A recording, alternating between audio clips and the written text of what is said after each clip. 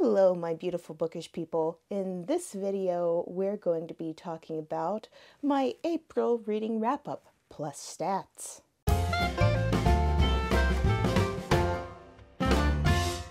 I'm going to throw up my little disclaimer slash explainer for how my stats work up right now. You can go ahead and pause the video if you would like to know more about how I categorize my things for myself in my spreadsheet. Anyways, how this video is going to go is first we'll cover my reading stats, and then we'll get into the books. I'll talk about a couple of them. I'll tell you my favorites for middle grade, YA, and adult if I have those. And then we'll have our secret emoji of the video, and then it'll be over. That's how this goes. So, first up, my stats. Number of books read, 13. I had a slower reading month in April because I just about burned myself out in March. And I'm also having a pretty slow May so far. I don't know if it'll stay that way or if I'm just going to take my time with the books that I am reading and slow down a bit. I don't know. That's the thing. That's what it is right now. Out of those 13 books, my page total comes up to 4,172 pages as estimated by page counts found on Goodreads. One of those was an ARCS, so an advanced reader copy or an uncorrected early copy for reviewers to get a hold of and talk about, which I got through NetGalley in exchange for a fair and honest review. And one audiobook. I had 5 ebooks and 6 physical books. So that one ARC would be 7.7%. One audiobook is 7.7%. 5 ebooks at 38.5%. And 6 physical books at 46.2%. For intended audience, I did not read any children's books. I read 3 middle grade, which comes in at 23.1%. I read 1 YA, which comes in at 7.7%, and 9 adult, which comes in at 69.2%. For authors by race, I have 1 book by Black authors at 7.7%, 2 books by Asian authors at 15.4%, and 10 books by white authors at 76.9%.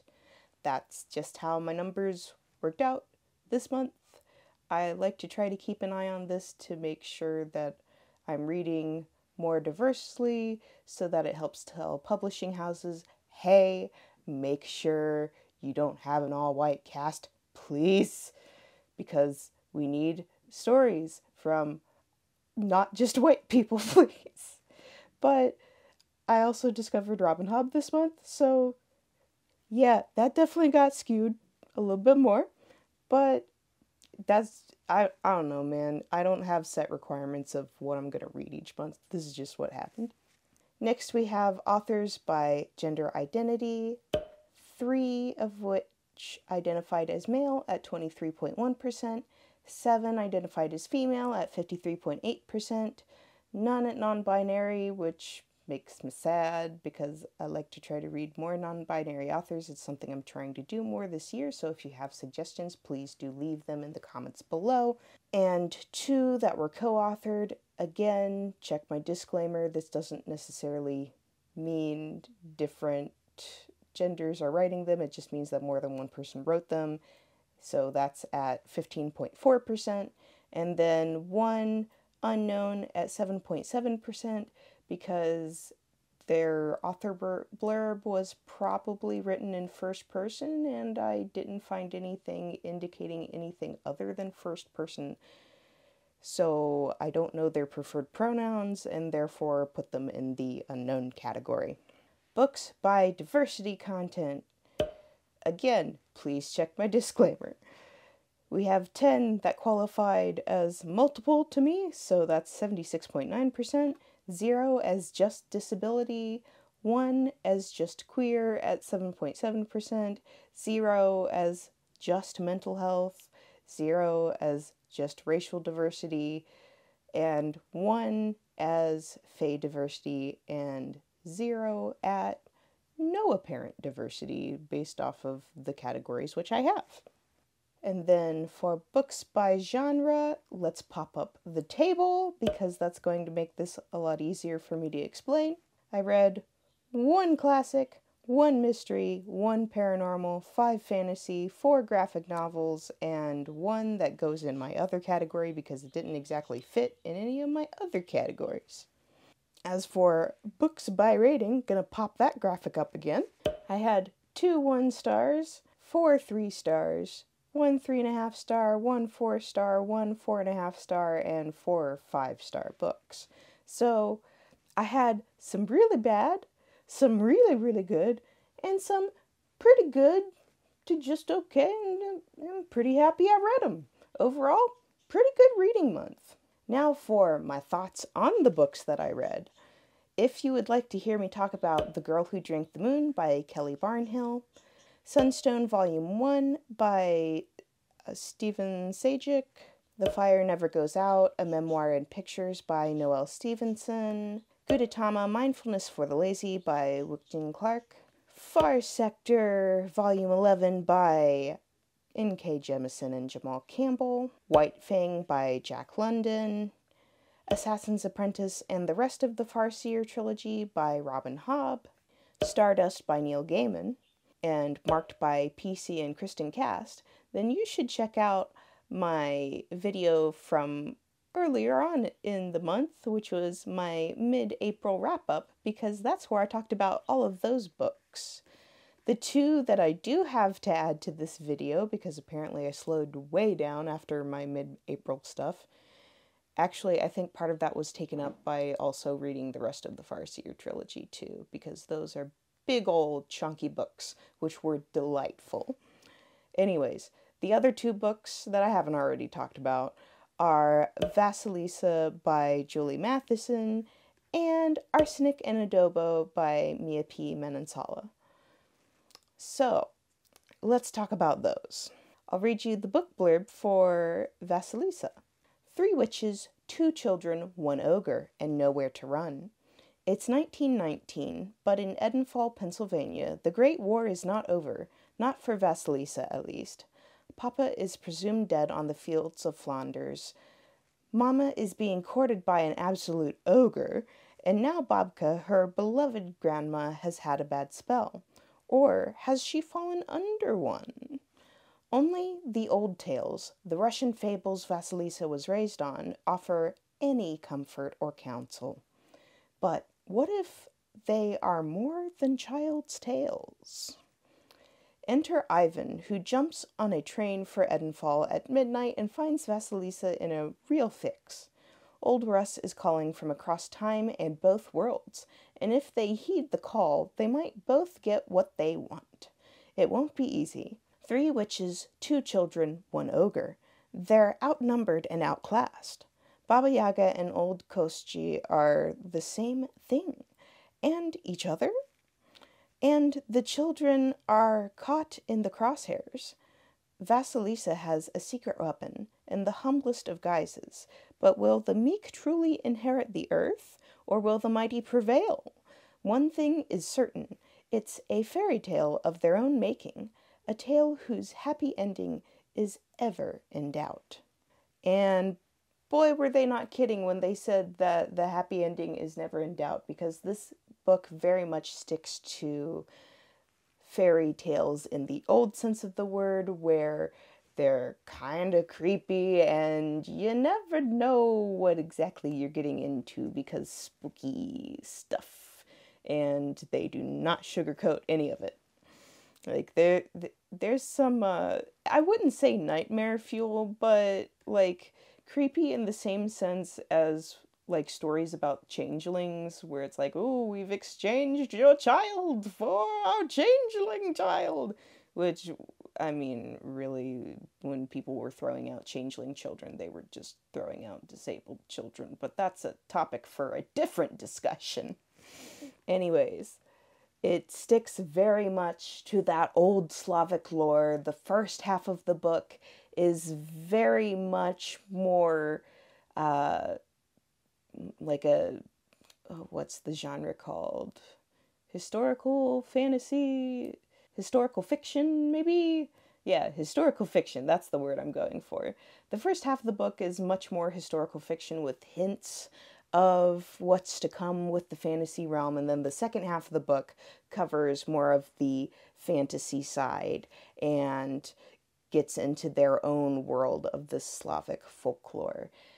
It's not like the House with Chicken Legs by Sophie Anderson, where it takes a lighter spin on it. It very much takes the original tales more so into account, where it's this creepy old lady in the woods, but now there's 3 Baba Yagas and they all want to eat you, and that sort of stuff. Or do they want to eat you?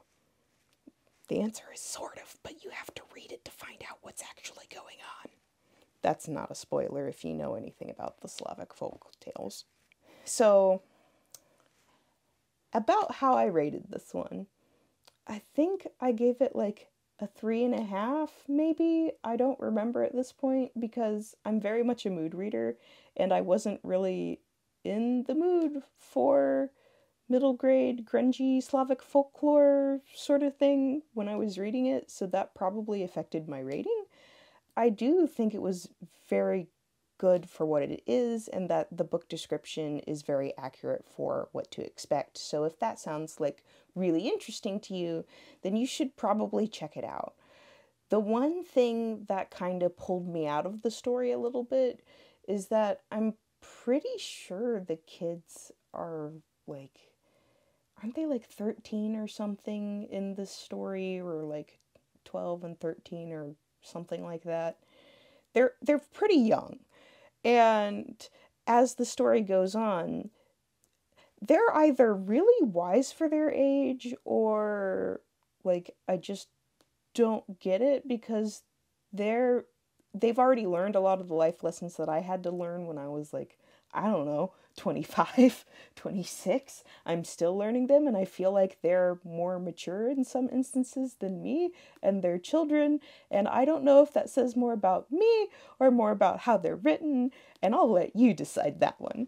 Anyways, this series has a soft magic system. I'm not sure when the rest of the series is going to come out, so if you're wanting details on how does that magic work, you're not going to get it out of this book, so just be aware of that. And as long as you're fine with that and you like the description, you should probably pick it up. Now, moving on to Arsenic and Adobo by meeeee Manansala. I actually made an entire video review dedicated to this book, so go ahead and feel free to check that out if you want a deep dive on it. It is spoiler-free, if I didn't already say that, because I can't remember the words coming out of my mouth right now, because I am very tired, and it is very rainy, and I just want to curl up and read. We had a little real estate problem right now, but also, I haven't filmed in a while because I've been having headaches because of the weather, so here we are. That was a random tangent, sorry!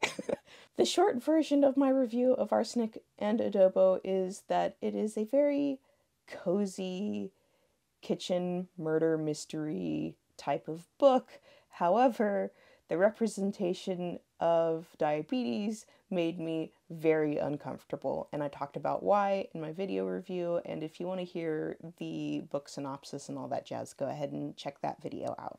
So now for my favorites for middle grade, YA, and adult. My favorite for middle grade of the month, I'm going to say, goes to Vasilisa. While it was just an okay read for me at the time, I appreciate it for what it is, and I didn't read a whole lot of middle grade, so there you go. And you probably already guessed my adult favorite from earlier on in the video, which is the Farseer trilogy by Robin Hobb. 10 out of 10, would absolutely recommend to anyone who likes fantasy, especially high fantasy, or just magical realism that turns into political intrigue that then turns into high fantasy later on. It's really cool. And that is the end of my April wrap-up. The secret emoji of the video is pumpkin, because I am cold and I am wearing one of my fall sweaters, which makes me think that I want to go make myself a pumpkin spice latte. Because basic white person. So, If you don't have the emoji to leave, go ahead and leave me the word pumpkin in the comments below to let me know you've made it this far, or, just leave me whatever emoji you feel like, because I like whatever emoji you'd like to leave. And also, tell me what your favorite read in April was, or just any book recommendations you want to leave. Just leave them anytime down in the comments below, and I will see you in the next video. Bye!